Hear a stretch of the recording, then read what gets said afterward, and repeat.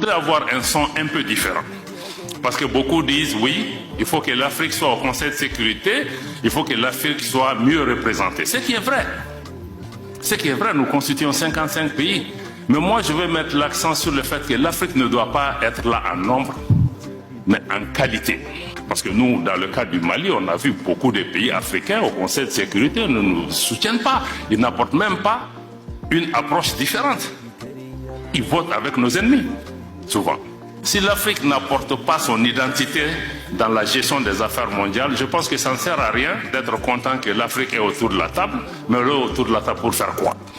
Quand il y a un petit problème qui se passe au Mali, on dit oui, il faut appeler la Cour pénale internationale. Mais en Palestine, ce qui est en train de se passer, ce n'est pas le droit de l'homme. Où est la Cour pénale internationale? Où sont ces donneurs de leçons? Où sont ces pays qui se disent champions des droits de l'homme, qui eux-mêmes soutiennent ce qui est en train de se passer? Où nous sommes face au terrorisme, on nous propose une opération de maintien de la paix dans une zone où il n'y a pas de paix à maintenir. Pendant 10 ans, on a entretenu la menace. Mais elle n'était pas adaptée.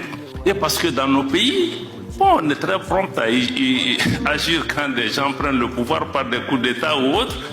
Mais qu'est-ce qu'on fait des présidents qui sont assis et qui posent des actes qui créent la tension dans leur pays, qui manipulent les constitutions, qui manipulent les organes judiciaires, qui créent l'instabilité dans leur pays, qui empêchent aux gens d'être candidats à des élections, etc.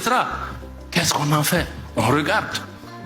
Maintenant, quand il y a un changement, je connais même les playbooks de ces organisations. Tout le monde se lève, mission, on fait 10